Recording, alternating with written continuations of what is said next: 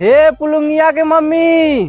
का रे पुलुंगिया पापा? अरे कैसे बोलत है रे? अरे तो ऐसे कैसे बोले रे? अच्छा ये बताओ खाना वाना बनल की ना?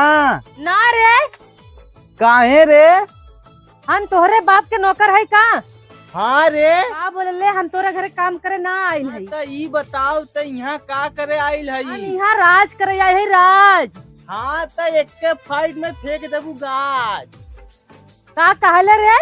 जो चुपचाप अपन काम कर। ना करब, हमार पापा दहेज देले होंगे ये कुल करे खातिर। करे तोर पापा दहेज देके हमें खरीद ले हुआ का रे? हाँ रे, का? हाँ रे बेटा, आय हो माय। घर से लेके आइल बाटी भर के दहेजवा, बोलबे तो चढ़ के फोड़ दे करे जवा। आय ढेर बोलबी त झोटवा धाई के नोच ले और ढेर लड़बी न नैहर तई के भेज दे। करे तई हमके नैहर भेजबे?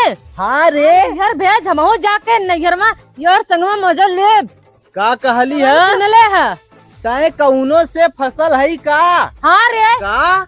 हाँ रे बेटा। हाँ त वही से चोरी चोरी करत रही बतिया।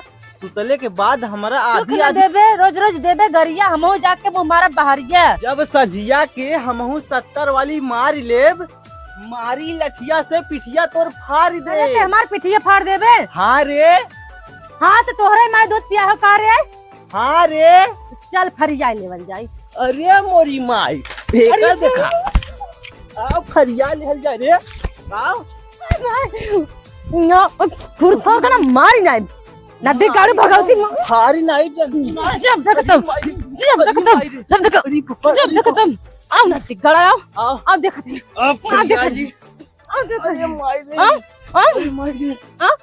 मार नितिया नहीं कर ले भाई।